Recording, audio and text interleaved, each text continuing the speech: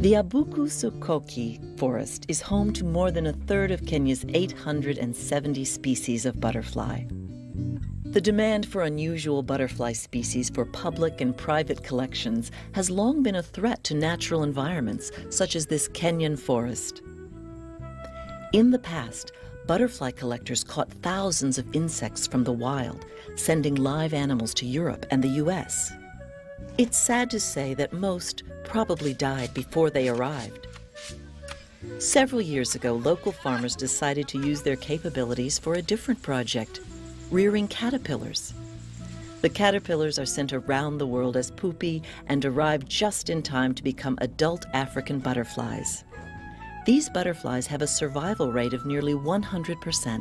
Arabuko Sokoke forest is important because it is the largest remaining coastal forest in East Africa. The main threats to the forests, he says, are cutting down the trees to make places to live. Now people are better educated, and they can see the benefits of keeping the forests. They are getting income from butterfly farming, beekeeping, and from plants that can be used for medicine. So at least they've seen the benefits of having the forest staying. This is the project's headquarters, right in the heart of the forest. Farmers from all over the region come here to breed the butterflies. The price of each species varies a lot according to international supply and demand. So these farmers have to know which butterflies buyers want to buy. Much of the credit for the project's success must go to this man, Washington Ayemba.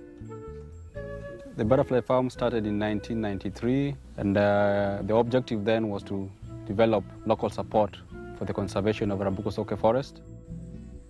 Until recently, he says, many of his fellow community members objected to the way the forest was managed because they couldn't derive income from it. But he says that farming butterflies has now become attractive, as it constitutes a new source of income. Now, most of the farmers even know the botanical names like any university student. The process involves community members first catching a small number of butterflies. These are then carefully released into a closed area. The females lay their eggs and caterpillars finally emerge. After they pupate or enter their cocoons, the caterpillars are brought to the project center where the farmers receive money for their work. Fine, thank you. What do you have for us today?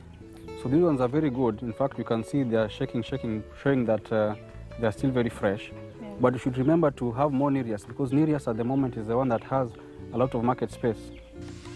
Each farmer retains a small number of pupae so that the entire process can be repeated without having to collect new insects from the wild. In a year, we sell pupae worth almost $60,000 US. And of these, 60% goes to the local communities, mostly for food, and the school uniforms, school fees, hospital bills. The most attractive aspect has been that, unlike other programs introduced in forest areas, this has quick returns.